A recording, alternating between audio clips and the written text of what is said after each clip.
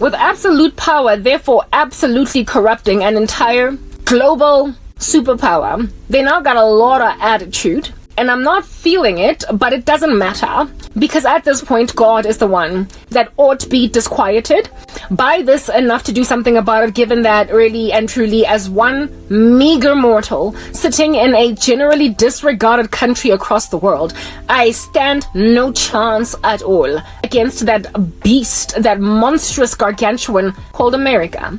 I have no shot. But like the Bible says, if God be for us, who can be against us? So hallelujah, right? We pride ourselves, at least boastfully, in the fact that Jesus Christ is God. He is the God of the universe. He has created this joint, and so nothing in it gets away with murder, especially against those whom he has set apart to be his people for his own possession. He knows that like a horizontal asymptote, we're going to start getting violently outnumbered by the majority of an Earth citizenship that is losing their bonkers. They've gone bonkers, they're rockers, they're losing their minds. And so because they're losing their minds, where shall I find my protection so asymptotal as I on this x-axis? I am so violently outnumbered.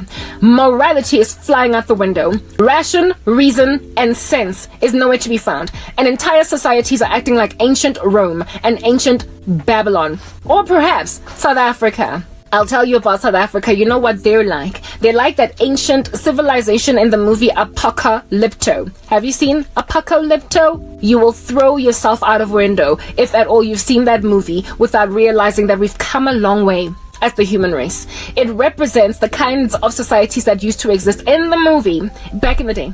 Apocalypto. There is this ancient civilization that is thoroughly worshipping some sun, moon, god thing. And in order to appease this god, they've got to chop off the heads of foreigners, right? So people that don't belong to this particular country, and then roll them down some steep staircase while the civilians on the ground are ululating as people's heads get chopped off. Ululating. I don't know. Does anything look like that to you? Like in 2023, can you scratch your head and wonder, ooh, where can I find that? I know Islamic Jihad. Heads rolling down a staircase with students in London, students in New York City, students at Harvard, like proper, just being like pro-Palestine. This is what's going on. Wow. Okay, while in my country, human sacrifice is a real big baddie.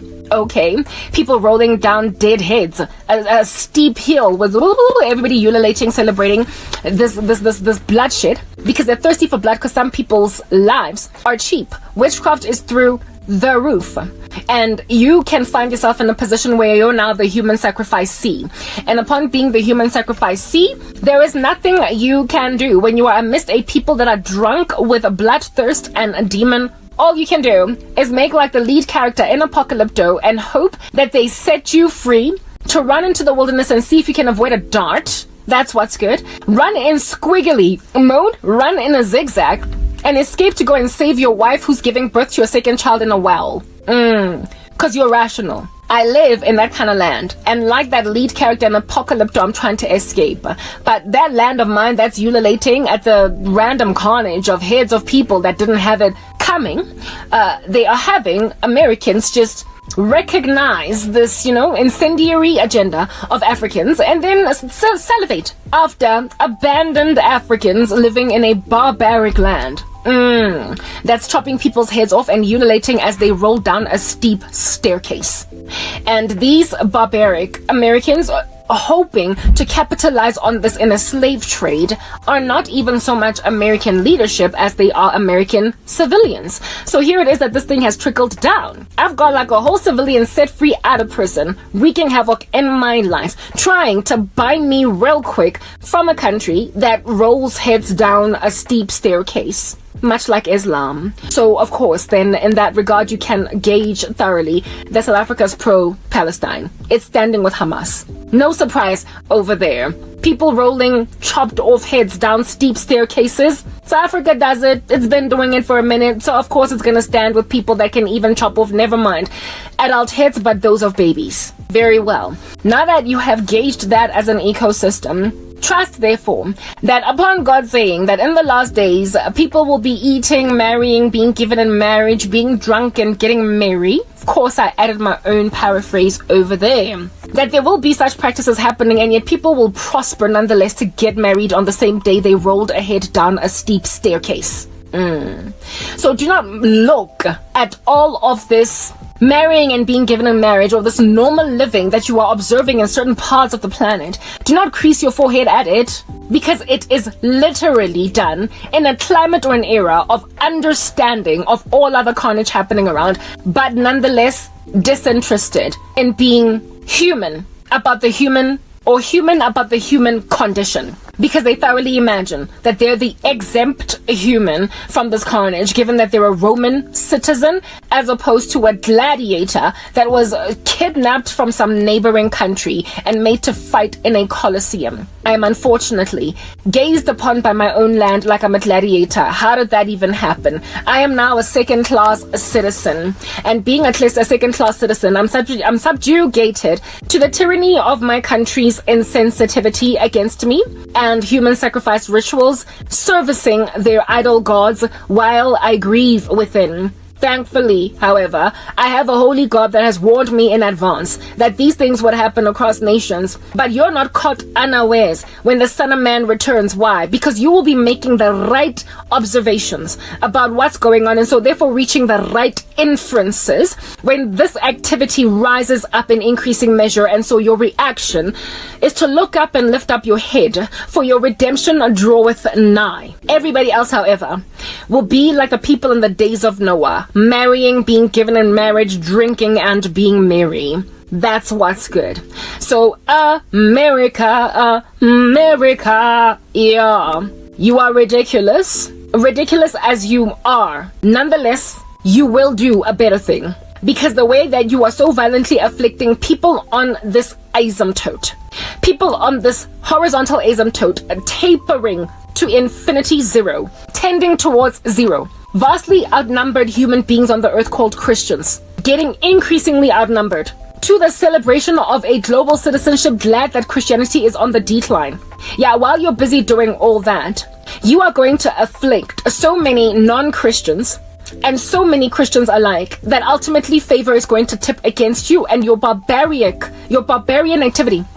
You're going to be disincentivized from continuing. You're going to basically come up with new laws to be less insane. Much like coming up with boxing, since you can't satiate the thirst or the bloodthirst or the hunger of people that like to see people passing away for sport. Alternatives to such a thing as that, like boxing.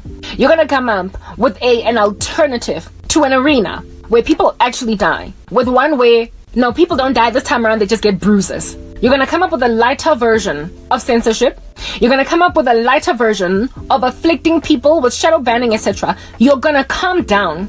You're gonna scale back. You're not gonna do 100% better, because who is busy watching a boxing match anymore? If they're moral, that's what's good. Boxing is still ridiculous, but it literally is derived from people's continued passion and hunger and thirst for seeing other human beings hurt each other when it's absolutely unnecessary. Human beings lightened the load on gladiators fighting unto death in the Colosseum, on the world's conscience, by coming up with a diet version of it. A diet version of it. So you're going to come up with a diet version of persecuting Christians, because you're going to lose so much popularity, America, that you're going to stop doing a strange, anomalous thing against people who have not had it coming. I am now going to explain to you why, America, I say that you're going to come up with diet abuse versus just flat out flagrant hard knock abuse. Okay, yeah, it's because what you've been doing, you've been at it for a minute, and I'm not your first victim, but I'm among your last. I thank God, thank the amazing Lord on high. Just so happen to be among the last batch of slaves under your insanity. Well, how can I describe myself? It's like, think indeed about slavery. Being born to a slave mom and a slave dad, and when you turn like 13, they then abolish slavery. So literally by the skin of your teeth, you escaped a lifetime of sorrow, but not before first being a child laborer. That's who I am. I was made the slave of a system that was at its tail end, but I experienced enough of it to basically just be an activist against this rubbish. And the reason why I can even afford to be an activist against it is because there have been other people before me and other structures before me that have been so violently made to bleed, exsanguinated, essentially, by the American pomp and the American arrogance that they laid the groundwork for me to ultimately be at the very top of a screaming voice, as opposed to at the very beginning of it leaving the vocal cords. I am not inaudible. I am seriously regarded at this present moment for what I am saying, because the issue is that bad. Underestimation is irresponsible where I am concerned, because the issues I am raising are thoroughly and comprehensively a thorn in America's flesh. And just as the messenger of Satan that it was in the body of Paul, you must understand that the Lord is gonna keep it there, keep it there, keep it there, until a work is done. I am not the first ever activist of this nature. The fact that I've even been made an activist at all is an abomination to me, because I just wanted to be bare and pregnant, for crying out loud, having something like 10 children with some dude I am married to. But I'm doing these things at 39. That's what's good, because one of your men went and dissed my big forehead.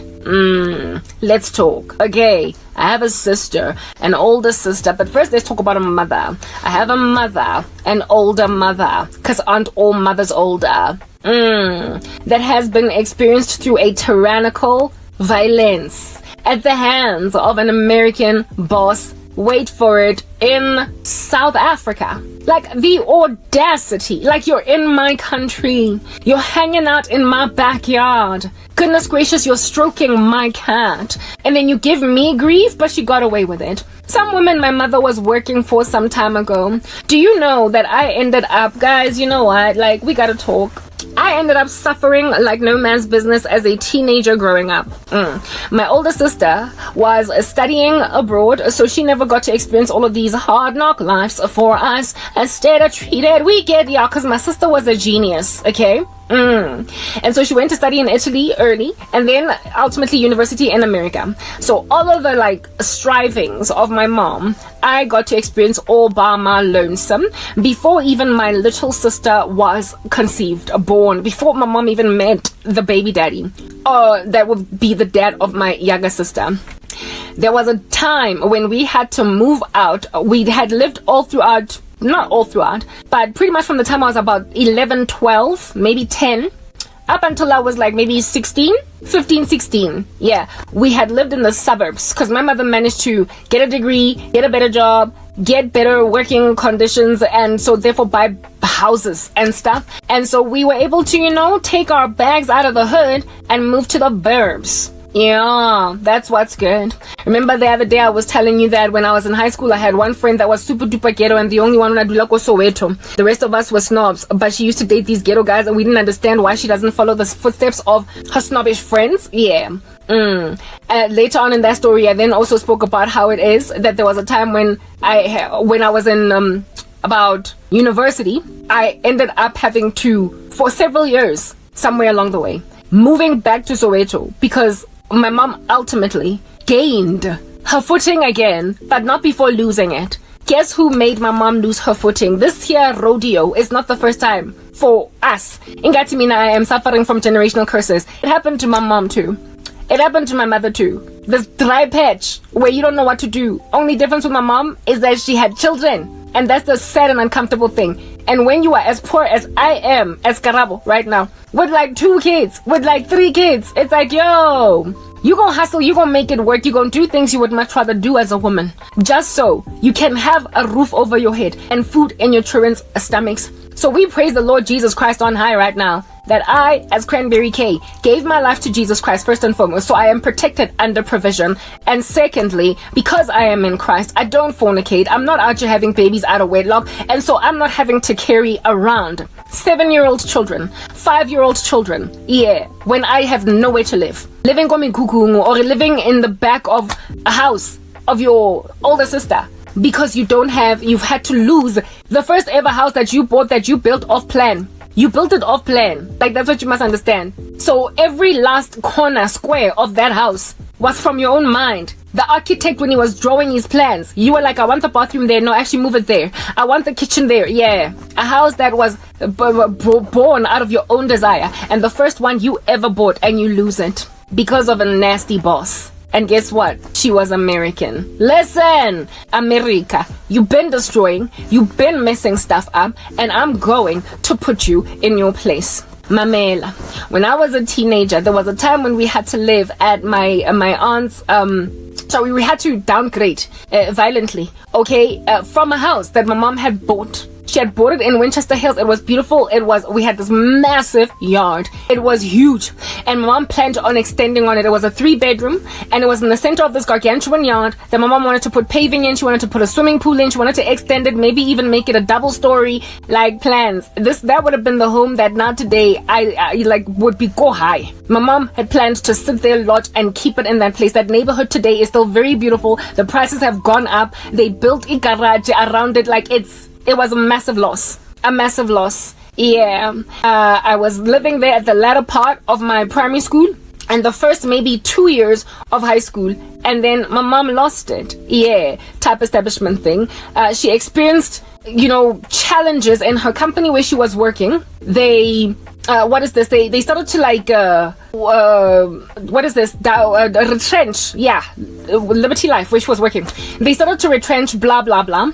And my mother was facing job loss, and they were cutting salaries. They were doing funny little strange stuff. So we ended up forcibly having to move out of that place. One of my cousins took it over, and living in some squeezed up, like all that furniture, we had to squeeze it in this like townhouse that was not very far from it was still in the, not neighborhood, but it was Ridgeway. It was in Ridgeway. You wouldn't even understand what that means if you're not from South Africa, but it was still more or less in the same neighborhood. It was still the south of Johannesburg, but we moved away from Winchester Hills to Ridgeway in a squeezy little joint. I thought that was like a temporary thing, that we were going to move back a proper house that is a standalone, but it would only be downhill from there. So my mother found herself in a sorrowful position, pretty much like what it is that would have been the loss of my job at MTN. You lose a job, and then you end up hustling just to pay rent and taking a lesser job that pays you less, blah, blah, doing all these things. So you live in a small little squeezy space, and your children are still hopeful that you're going to be okay.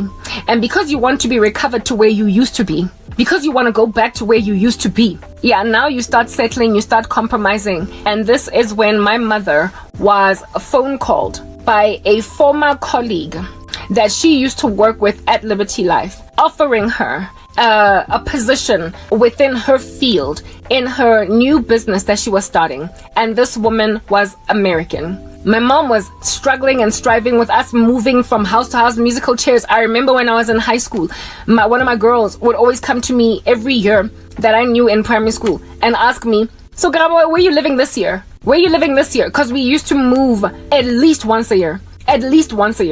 From one house to the other, because my mom was never satisfied ever since moving out of that place in Winchester. Plus, she was always trying to find a bargain, a cheaper place, etc. It was just moved, but it was all in the suburbs. Throughout my teenage years, it was all in the suburbs, right? We never ended up being so derailed to a point where now we are living Kosoweto in a room, squeezed up, etc. It never got there until like second year varsity. And that's when the lowest of the low had been reached, and how we got there was because of this American woman. Y'all need to understand, America, you have ruined. You have a thing about scouting talent. You have a thing about seeing glory in a person. You have a thing about that. However, you also have a thing about exploiting that. You're like a slave master. You want to take a person on board but not pay them. Or you want to take a person on board and then expect them to take all of your rubbish lying down. And then when they don't want to take it, they get out without having anything else. And that's when now the children are sleeping on a sponge on the floor. Let's go on right ahead to keep on telling the story. So we moved from pillar to post with my mom taking lesser and lesser jobs, working for random people that it was never anything at all ever what she had when she was at Liberty Life. Things were just falling apart everywhere. Falling apart. But she was still able to have enough of a job and enough of a salary to keep us at least in a house. Me, in a house with its own bedroom and everything. And it helped that my sister was overseas, so she didn't need a 3-bed. She did not need, we didn't have to share where we would be fighting and what have you. That is the ecosystem. Then I get to like first year, and pretty much end of 2003, beginning of 2004, and that's when things like became really shaky, where this woman, I get my mom was moving like musical chairs from home to home, and also mini company to mini company, just trying to make ends meet. This woman then, upon starting her own business, remembers the colleague that she used to work with at Liberty Life, and knows that she's struggling, and it's like, hey, and she's like, hey lady, do you want to come work for me? I'm starting a little thing something. I have got a sponsorship from the US to proliferate a branch of this nature in South Africa. We needed to grow, and I want somebody I trust in my environment working for me. So I've seen how you work, where it is that you were at Liberty Life. Really, please come on board. And initially she was so happy. Initially she was excited because she'd been struggling, right? She'd been struggling ever since Liberty Life retrenched, and downside it was just a mess ever since then. And she went and was like, oh yay. This woman was earning dollars. She started something that was American in nature, but despite this being an American company trying to do a thing in South Africa, this woman exploited the cheap labor in South Africa. So while she was earning these dollars, she made sure that the salary of my mother was not even market related to her professional skills and experiences and expertise. Scraps, like just she headhunted my mother from where she was at, promising her big things. We're gonna grow, and when you grow, you're gonna move to this level, and together we're gonna go in the sunset. And so she barely raised her salary from the last place she was at. She was seeking stability, and she thought this was a good opportunity. But an American woman, remembered who was the best HR person in the room. Who was the best? Yeah, I remember her. I know that currently she's struggling because they retrenched in the company. And a lot of the people that were working with me at the time were all just scattered. They were scattered all over Johannesburg, getting new jobs, making a decision to do this and that, blah, blah, etc. And there's one in particular that stood out for me. And so given the level of desperation that all of these people are in right now, this is the perfect opportunity for me to get cheap labor, to start my own little thing and basically pocket funds, keep money for myself, not properly pay them, but make them work like dogs. Yeah, something of that nature. So this woman poaches my mom from where she was at. My mom then works for her, and this is now in first year varsity for me. Poaches her, and my mom's working there, and within the first 2-3 months, my mother has nowhere to go. She is struggling. Do you understand? The abuse. If I tell you the abuse, every day she would come home and she would cry and complain. She would be on the phone with some friend on some hebatung. This woman did that to me. I did a report, and she threw the papers on the ground saying that it's rubbish. She was so abusive of my mom. Like, she was initially a colleague on the same level with my mother, with Liberty Life. Now she was her boss. And now that she was elevated above her and had poached her out of a situation that was already kind of unstable, she basically gained absolute power over my mother. And so got corrupted absolutely. And treated her so horribly on the job. Treated her so badly as a boss that my mother wrote that out for something like a year. But it was so unbearable. She kept on looking for jobs, trying to move, and she couldn't. Nobody was hiring, nobody was moving her over, nobody was giving her what she needed, that she ended up quitting her job without another one. It's called constructive dismissal, when your boss makes your life a living nightmare so badly that you end up quitting. If it was the Daystar CCMA, which back then it wasn't, she would have won that case. Anyway, whatever. This woman constructively dismissed my mom. She was a nightmarish boss. She was from hell. And she treated my mother like a second-grade citizen. Underpaid her. Recognized what she could gain. The thing that I am currently lamenting against where Americans are concerned is they make an observation of the skill of Africans, the intelligence, the hard work. They make an observation of their glory.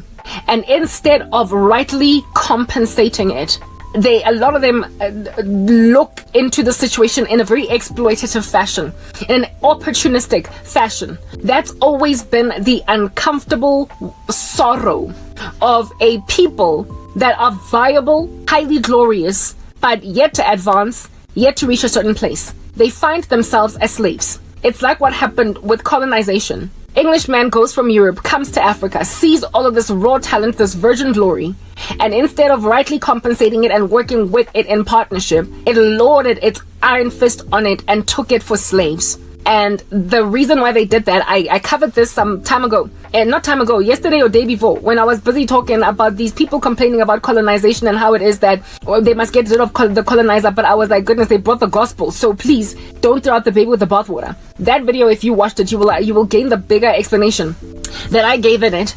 But like the whole notion that I am currently making that is separate from that day's content is that Europe was powerful. I made mention of this in that very video, that Europe was powerful. And when a nation is powerful, it gets corrupted. When people are living in opulence, when they're living in wealth, when they have arrived and have gotten big, they suddenly just develop a tyrannical thing in them. Something inside them makes them oppressive. They tyrannize a smaller people. They feel entitled to respect, honor. They feel entitled to servitude by other people. Feeling of entitlement is emboldened by their strength above them. So essentially, there are people who abuse their power. They are powerful and in a position to crush a person underneath their thumb, right? Underneath their fist. They're in a position to crush them. But what is the noble thing to do is be like God, who has power to crush the earth and take it to hell, but he doesn't. He rather awards us with grace. And the Lord expects of the human race to be like him, to be slow to anger, abounding in steadfast love, and when you are mighty above a people, to love them and train them and create opportunities for them, but not lord it over them abusively with an iron fist. But the human race has fallen. Our hearts are deceitful above all things and desperately wicked. We are born dead in trespasses and sins, and in sins did our parents conceive us. So whenever a people gain power, they become oppressive, and it has been like that inevitably across history. They are fat with bread. Indeed, in the book of in Revelation, when the Lord describes Babylon, he says that you are filled with much wine. And so all you can do is oppress. All you can do is sin, because there's ease in your bones and not much striving. You can afford, therefore, to come up with dumb laws. That's why America has got purge laws. That's why America can afford to proliferate the colorful agenda so much. That's why they can afford to focus in their policies such worthless things, because they are filled with wine. They are filled with bread. They don't lack much. And so for those reasons, they can afford to focus an entire agenda of a government on giving rights to people who want to marry the same sex. They can focus on that. They can afford to. He described, he didn't describe Babylon that way, but Sodom. He spoke about Sodom as being filled with wine. When people don't have strivings, they suddenly lust after sin. And so that is what happened in the US. They gained power, and instead of using it responsibly, just like all other empires that have come before it that had power, they inevitably tyrannized a people group. They oppressed a people group. They can't help it. Like, they cannot help it. Humanity cannot help but do this thing. It cannot help it. No matter how much of a democracy you want to call yourself, no matter how much of a human rights advocate you might want to call yourself as a country, if you've got power because you are fallen as a human being and you are sinful as people, you will inevitably tyrannize people. America is turning its own back on its own human rights, and it's disregarding its own constitution because it's gotten to a point where it's so powerful that it can afford totalitarian. That's just human beings for you right there. That's humanity for you inevitably right there. Countries you imagined you could trust end up being entirely oppressive to people that ran to them for justice, ran to them for asylum, and then they lorded over them with a gavel, making it near on impossible for them to breathe. So that's what the US is currently doing. They thought they'd never get here, but they're there. They're there to a point where their president, during the, virus season and the, proclamations concerning taking the vaccination on the rooftops, whenever people were like, I don't want to do it, their own president, whenever these people were quoting their own constitutional freedom to their bodies, rights to their own bodies, and so therefore unprepared to take the intervention, for this particular virus that was doing its rounds all over the show. The president was like, don't come tell me about human rights. Like when a whole free country starts to speak like that, it's like skating on thin ice. You are becoming Hitler very gradually, perniciously, like stealthily, slowly but surely. You're gonna become totalitarian, and it's inevitably happening. The censorship on social media is barbaric. It is bizarre. The lack of freedoms of expression on earth right now are barbaric and bizarre. And the only reason why they can afford to do this is because they've gained a monopoly on information. They have gained a monopoly on data because of owning the world's pretty much information vessels, portals, to send information out from one country to another. And with this power having flourished in their land, because God bless them for being godly, they have gone on right ahead to lord it over as with an iron fist over mankind. The very things that they sat down together, putting their heads together in whole caucuses to strategize as to how to make a free society happy. The very same things that they did in coming together to achieve that, they are now standing vehemently against in the name of security, in the name of be it national or global security. And so now we are dealing with the preparedness to impoverish certain people in the world insofar as they've got a different opinion from what it is that they are saying. Last time I checked, that was totalitarian, but I don't gotta tell most people twice about this because there's enough people lamenting about this on earth. But no matter how big they get, no matter how giant these voices of complaint might be, the powers that are these nations are still making a decision to disregard them. So it's like complaining does nothing, meaning that we have gotten to a point where the world is essentially coming to a blistering end. From what the Lord has shown me, before even that happens, this global superpower that is America, that is frankly standing in the way of the one world government, is going to eventually capitulate all in the spirit of maintaining its power. Because whenever an empire is about to lose its power, it starts to become more humble. The thing that makes people pompous and arrogant, that therefore corrupts them absolutely, is power. And when power gets taken away from you, however marginally the amount of power might be that exits the room, you will be ever so marginally in and of yourself humble. So like I said, America is going to pretty much produce the tantamount of demoting their cataclysmic global strategies from gladiators fighting each other in the Colosseum to this is too barbaric, so let's just come up with a sport that is boxing. It will not 100% repent as a country from the tyranny of causing people to fight each other for sports, but they will come up with a light version of it, all in the name of keeping their power, because no empire falls without a fight. No empire falls without a fight. And how you know a country is about to lose is when something that it stood for very effervescently for a season, because they imagined they were too powerful to ever be knocked out the way, when they start to make concessions on it, because now they're starting to display signs of desperation. And America's going to get there. I have described them before as I've used an analogy before, where I compared them to a company was growing on its own because the product was that in demand.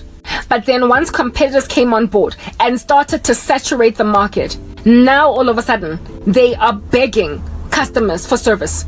Like a company that is growing so well that it can afford to disrespect some customers and not even invest in proper training for the call center staff, because if one person leaves for some other company, who cares? When something is holding a monopoly, they tend to not be incentivized to change until somebody provides an alternative. And when that alternative comes in the door, now all of a sudden you're manning a whole call center, you're coming up with an operations strategy, you're hiring a very expensive resource to be the operations executive, that they might be able to fight fires of angry customers.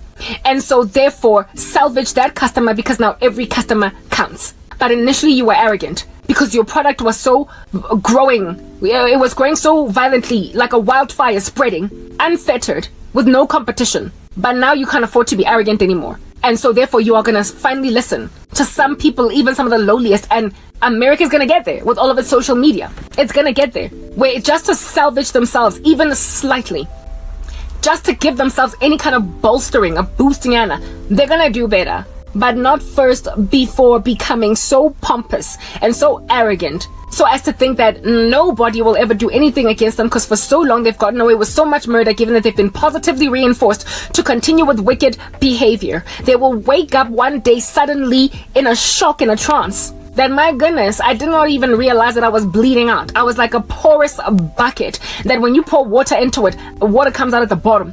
I did not realize I was leaking. And so I guess I need to start patching this thing up. And so they will give people like me their YouTube channels back.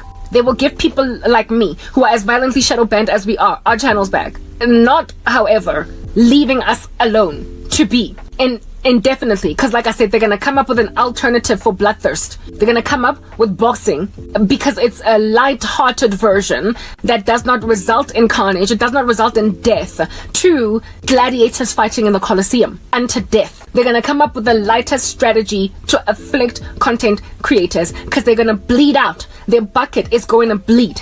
And the thing that's going to make them bleed, very fortunately for the world at large, are their crazy citizens. The government is not going to be able to keep their crazy citizens in place. Their purge laws are causing more evil on the ground. Like, they imagined that by loosening the rules a little bit and bending them a little bit and giving people leg room, that they would be now more tranquil and feel less stymied by what would be the tantamount or the equivalent of a hard knock corset around a woman's body, and so she can barely breathe. They think they've just, loosened the strings behind the corset, and so people are breathing better, coming up with these purge laws by releasing prisoners from prison, by calling things like attempted murder a misdemeanor, for crying out loud, by creating a ceiling how much a person can, what value of products can be stolen off an FMCG shelf, up to what value can be stolen without a person facing a criminal apprehension, without a person facing apprehension by the police. And that figure, I believe in California, is sitting at like or is it Michigan or Chicago? It's sitting on like $900 and something. So if it's just under $1,000, a person can steal and get away with it. And I mean, $1,000 is a lot in South Africa. It's quite a bit. In my particular, my goodness, I said it was 1,800 rand earlier. I'm mistaken. I'm sorry. In those first parts where I was talking, it's not, because it's literally times 18. It is literally times 18. $100 is what's 1,800 rand. So $1,000 is what, 18,000. Oh, it's literally like a proper, like, am I missing my noodles? Never mind it buying you groceries for 1 month for a person living by yourself, but it can pay rent for some people for like a good 6 months. That's what $1,000 can do for you in South Africa. It's a violent amount of money given our terrible dollar-rand exchange rate. So I was mistaken back there. I was mistaken. I said that it was 1,800 rands because I was thinking $10, but $1,000 it blows up in rand terms. It's like near on 20 grand, guys. Like easily, it's almost 20,000 rands. People can get away with theft up to just under 20,000 rands. Imagine that being a law in South Africa. Can you imagine where these criminals would go? They wouldn't even look at macro, Joe. Forget macro. They would go to furniture stores. They would go to car dealerships that have got second-hand old-school vehicles that are under 20,000 rands. Like, you know how an old-school Beetle you can get it for like 12, 13, 15,000 rands. They would go and take cars like those. They would go into electronics stores. They would grab a small Apple laptop would easily be taken out of the go-to the iStore, go Clearwater. They could grab the first entry, like not an entry level, but they could grab an iPhone, right? Because the last time I checked, the new iPhone is like it was like 30. Well, the iPhone 14 was sitting on like 14,000 rands, right? If at all you're gonna buy it cash. So they would be able to grab an iPhone 14. They would be able to grab a MacBook Pro, maybe one of the lower end ones. Just basically gauging at 20 grand and less, guys. 20 grand and less. They would be able to get out of with flat screen smart TVs, 2 of them, and put them in their houses, and the police cannot apprehend them. That's what it is that's going on in America right now. So when you are manufacturing such purge laws, thinking that you are loosening a corset on the body of a woman, tantamount, equivalent, of course it's a metaphor. When you think you're loosening the corset, making people feel less restricted, stymied, blaming it on the fact that their lives are already so hard. And so really and truly, we can't just be sending them to prison for what you imagine are misdemeanors. Instead of these people and just walking into a grocery store to grab one loaf of bread because they're hungry today and getting out, they are shopping up to just under $1,000 and then getting out. And it's more of them. It has created criminals out of people that weren't criminals. That's why they call them purge laws. It has created criminals, people that would have starved instead of steal, now are stealing because they know they can get away with it. They were disincentivized. They were negatively reinforced from stealing by the prospect of prison. But now they've been positively reinforced to steal by the promise of getting away with it. And so you create more criminals. So that particular purge law in America, in that particular state, I believe it's Michigan or Chicago, one of the two, that purge law, even the purge law of releasing prisoners from prison that have got a criminal record as heavy as attempted murder. We're not dealing with a misdemeanor or petty theft, but attempted murder. People who had committed attempts, so they nearly killed human beings, were set free in California in 2019/20, whatever. During that time when COVID was doing a thing, it was spreading, and they had to set some prisoners free, and for the sake of, I guess, security, health, security concerns, social distancing, all that jazz. They set prisoners free, and instead of combing the prisons for people who stole a radio, so maybe this guy can be safe in society out there, they set people free who could literally drive a knife into a person 10 times. But the only difference between their prison term and one who actually is serving life, or even, facing whatever, is getting a life without possibility of a parole, is the fact that the person that they stabbed did not die. They did not die, they survived. But you still stabbed them 5 times. There are people who get stabbed once and die. So you got lucky, whatever that word even means, because your victim did not die, and America ended up just setting you free because attempted murder is nothing at all. Next time that person is going to go out of prison and finish what it is that he started, what murder it is that he was not able to commit, he's going to finish it this time. My particular abuser committed attempted murder and was set free thanks to COVID laws that were rocked up, that are purge laws, and he is finishing what he wasn't able to finish. He's trying to kill me.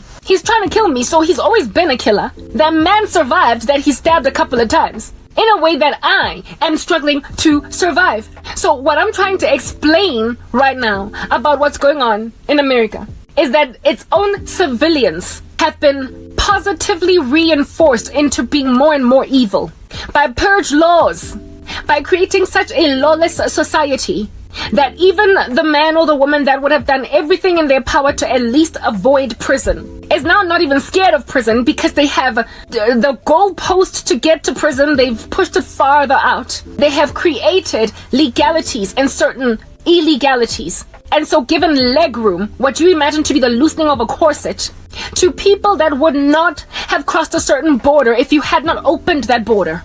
There are people committing crimes in the US right now that never would have committed those crimes if the purge laws were not concocted. So they created a civilian population of barbarians.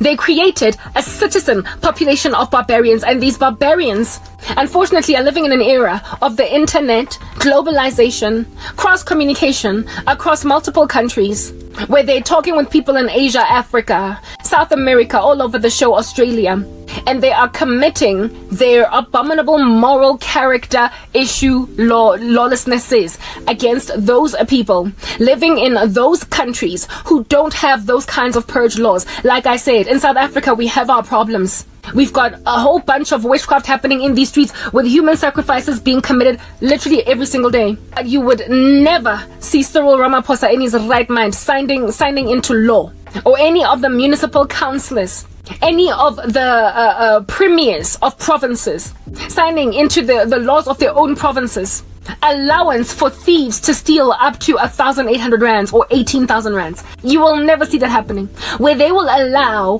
prisoners to, or where they will set free attempted murder. That didn't happen in South Africa. The freeing of prisoners didn't happen during COVID, because the country has got such a bad case with crime, and already our prisons don't have enough of them in there, because a lot of them are in the streets. So they much rather took whatever it is that they took in their stride during COVID rather than set them free. So the purge laws in the US are an anomaly and a shock to everybody else in the world. We're like, we're watching and we're like shocked, out of our minds, we're shocked.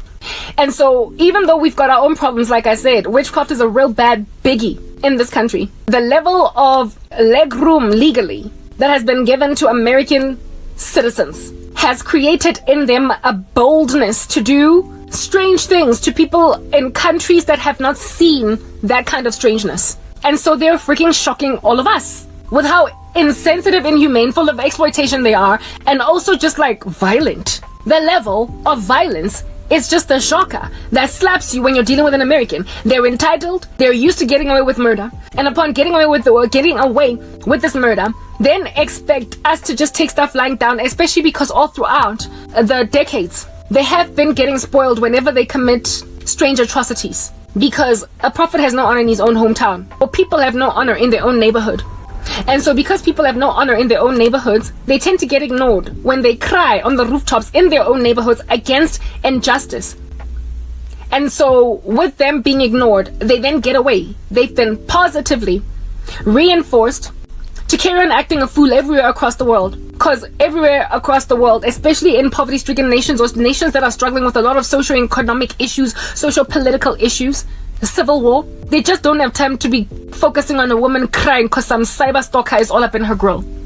So Karawa is ignored. And so an American man that's used to purge laws, setting him free from prison when he's supposed to stay there for the rest of his life, is then also dealing with a country that could not care less that a woman is struggling at the hands of some dude in America. That is what's going on. So this here is a twofold issue. It's the fact that all throughout the ages, Americans have been getting away with murder in all of our countries because all of our countries have been ignoring the people on the ground crying anyway.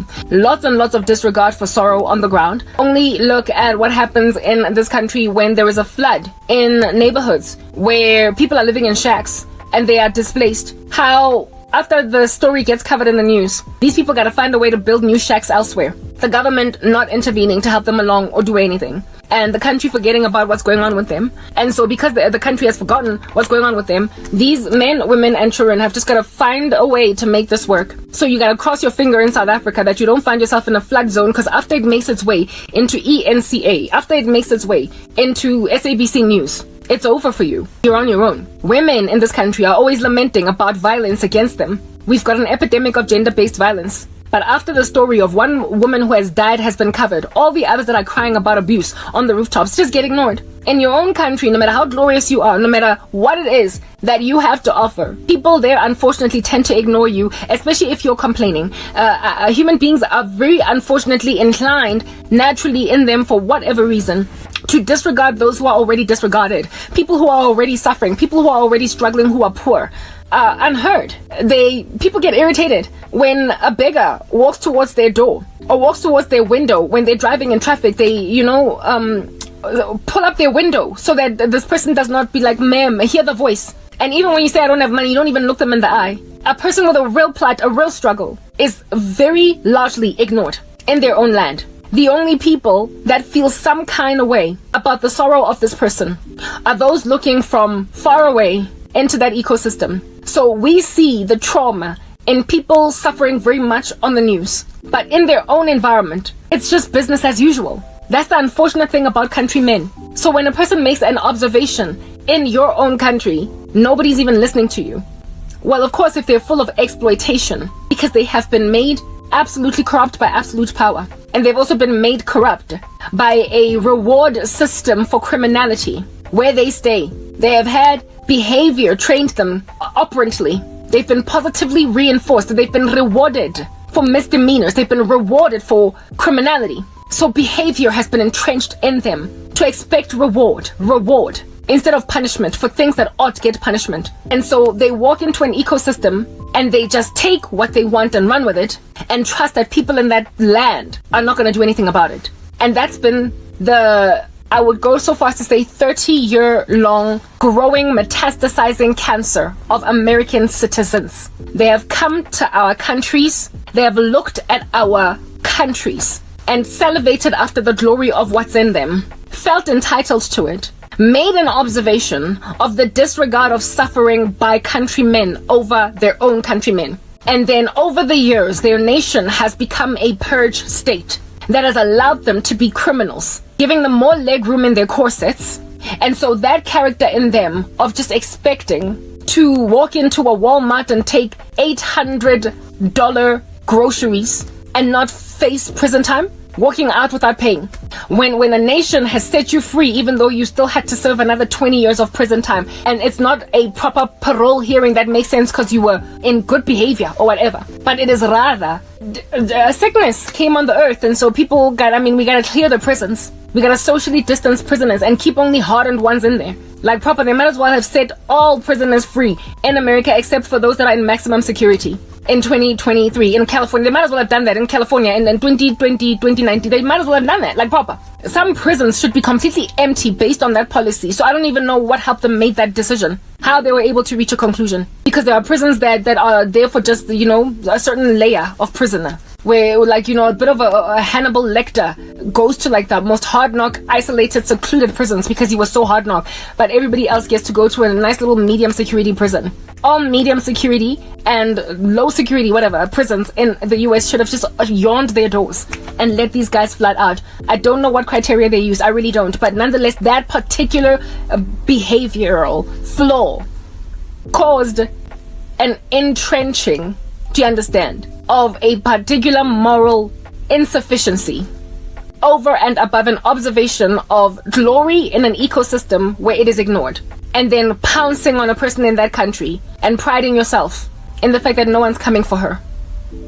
And that's what America is doing to a lot of Africans using their social media platforms. I have cried on the rooftops that why have you shadow banned me? Why do I not have freedoms of religions to speak? Why am I not able to do what I need to do? You have just ubiquitously made an unconstitutional decision to disregard my human right to freedom of speech and to earn a living, to escape the grain of poverty.